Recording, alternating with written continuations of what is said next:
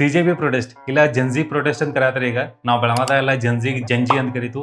So ಜಂಜಿ protest ಎಷ್ಟೋ ಜನಕ್ಕೆ ಜಂಜಿ ಅಂದ್ರೆ ಗೊತ್ತಿಲ್ಲ. ಜಂಜಿ ಅಂದ್ರೆ 1997ರಿಂದ 2012 ತನ ಯಾರು ಹುಟ್ಟಲ್ಲ ಅವ್ರಿಗೆ ನಾವು ಜಂಜಿ ಅಂತ ಕರಿತೀವಿ. ಸ್ವತಂತ್ರ ಭಾರತದ 3ನೇ ಇಲ್ಲ 4ನೇ ದೊಡ್ಡ ಪ್ರೊಟೆಸ್ಟ್ ಅಂತ ಏನ್ ಕರೆಯತ್ತಾರ. 2012 ಒಂದು ಪ್ರೊಟೆಸ್ಟ್ ಚಾಲಾತು. ಅದನ್ನ ಅಣ್ಣಾ ಹಜಾರೆ ಲೀಡ್ ಮಾಡತ್ತಾರ. That was protest against corruption ಅಂತ. ಆಮೇಲೆ ನಮ್ಮ ಅವತಾರ್ ಪುರುಷರು ಬಂದ್ಬಿಟ್ರ ಆ ಟೈಮ್ದಾಗ.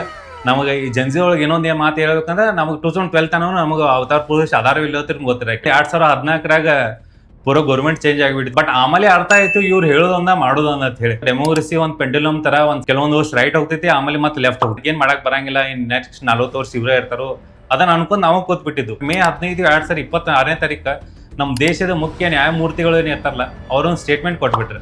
Youngsters like cockroaches. They don't get any employment. They don't have any place in profession. ನಿಮ್ಗೆ ಯಾರ್ಯಾರು ಜೊಂಡಿಗೆ ಅಂತ ಕರೆದ್ರ ಮತ್ತೆ ಸಿಟ್ಟು ಬರ್ದಲ್ಲ.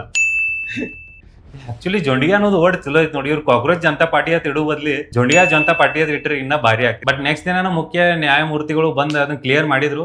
ಬಟ್ ಅಲ್ಲಿ ತನ ಬಗೆಹರಿದಿತ್ತಲ್ಲ. Finally education minister Dharmendra Pradhan gave is resignation.